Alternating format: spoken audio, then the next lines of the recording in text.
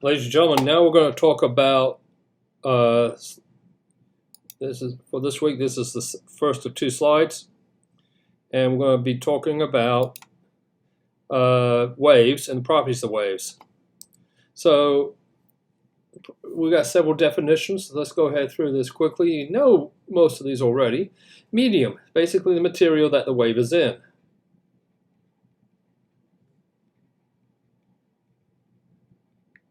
It could be water, it could be ground, it could be air. So this is what we mean by medium, what the wave is traveling through. Mechanical wave is made by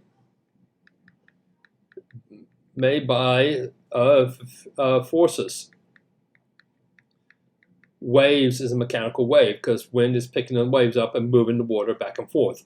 Tsunamis are mechanical waves. Sound waves are mechanical, so on and so forth. So we're looking at mechanical waves being something by force. On the other hand, the other type of waves we're looking at is light, which is actually emission of energy. But waves transmit energy. So basically, waves are a form of energy. This is how we get energy from one place to another, by waves. Pulse, one peak, or one rotation, one trough of a wave. And a periodic wave, it has one frequency or one wavelength. It goes in a period. So a pulse wave is one period. And a periodic wave has more than one.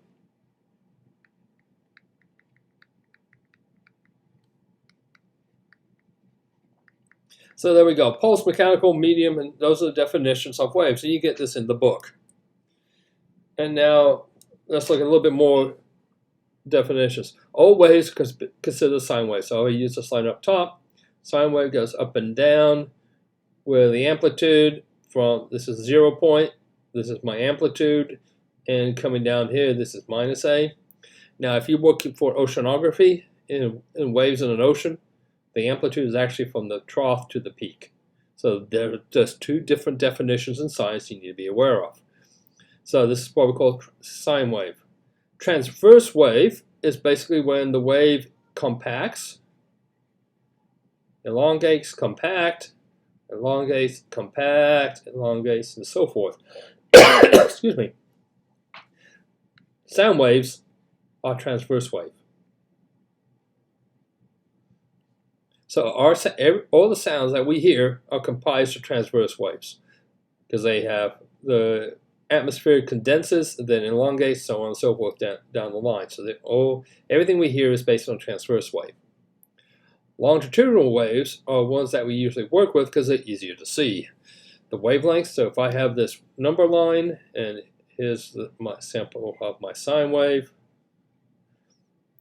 the wavelength is defined as peak to peak, or trough to trough.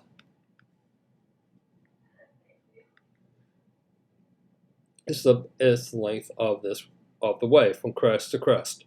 Crest is the top, highest part of the wave. Trough is the lowest. Most of the time, for our benefit, trough is usually negative, but depends on how we do this number line. And the amplitude is the height. This is 0. This is my amplitude from here to here. So those are the definitions of a wave that we're going to be using. So we're going to use an equation. So if we know that velocity is distance over time, so velocity is distance over time, and we know that in one period, the wave travels one length, and that could be either a spring, a pendulum, or any type of wave, anything that has uniform harmonic motion. So the velocity is basically, when we think of velocity traveling one wavelength, it does it in a period. So we call this capital T for period, but we also know that period is 1 over f. So velocity is equal to lambda over 1 over f, and that converts to this equation where velocity is equal to frequency times the wavelength. This is how we relate pendulums and springs, because the pendulum goes up and down. Here's its wavelength,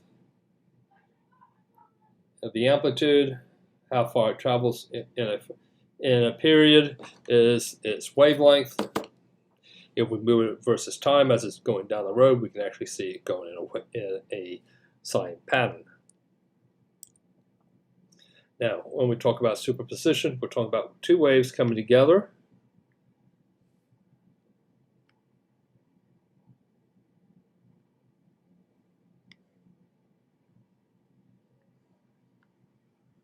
And when they add up, you get either addition or subtraction, depending upon if this is positive or negative whatsoever. And when we have superposition, we also have what we call interference. Constructive interference is where the two wavelengths add.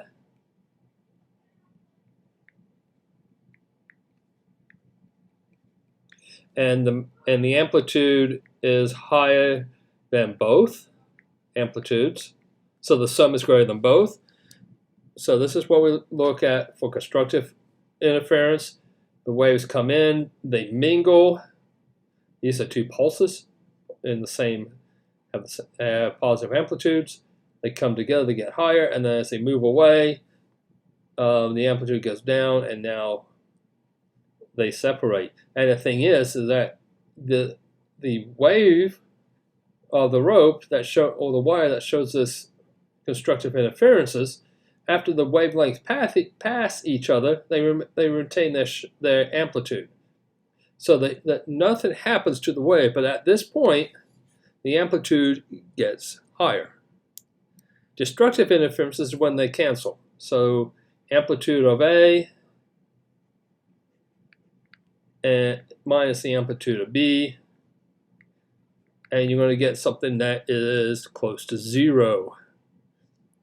So they have to be in opposite signs. So this is what we call by destructive interferences. One's positive, one's negative. They come by, the overall amplitude is decreased, and then they separate again, and you see in D that the amplitude does not change as they pass each other, but at this point they add together. One's positive, one's negative, and you get a smaller peak. This is how noise cancellation headphones work, that generate a frequency, a harmonic frequency that can eliminate a lot of noise. Now, when we talk about reflection, we're going to be looking at how things reflect back, and it depends on what happens at the wire. So if we have a string or wire, and it can be moved freely on the post, as we see here, the pulse comes through. It's positive, it comes up, then down, and the reflected pulse is in the same phase. But when we have when the wire is attached to a certain point at the end, it reflected and it gets reflected back inverted. So this is now inverted. It all depends on how it's attached at the end. Is it free to move, goes up and down, the reflected pulse remains in the same phase. If it's attached at a certain point and the wave gets reflected, the reflected pulse is actually inverted. And it depends on what happens at the end, if it goes up or down or it stays the same. And this is what we mean by reflection. Now, standing waves, if you have two or more waves come together, go reflected back and forth, you're going to have two things that occur. It's going to look like the wave is standing by itself. So you got a wave coming in, and it gets reflected back, inverted back, because these points don't move. And they go back and forth so many times, and we actually see the wire have two waves where it crosses a 0 point. They're called nodes. A node is a point on a line on a wavelength.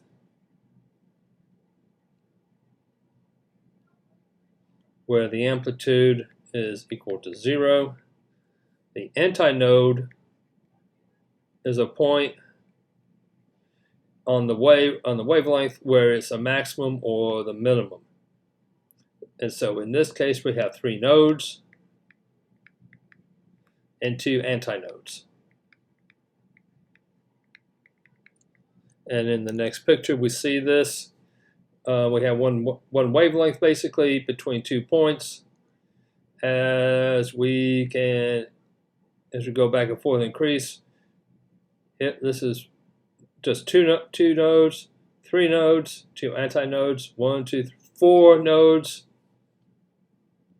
So this is 2 nodes, 0 antinodes, 3 nodes, 1 antinode.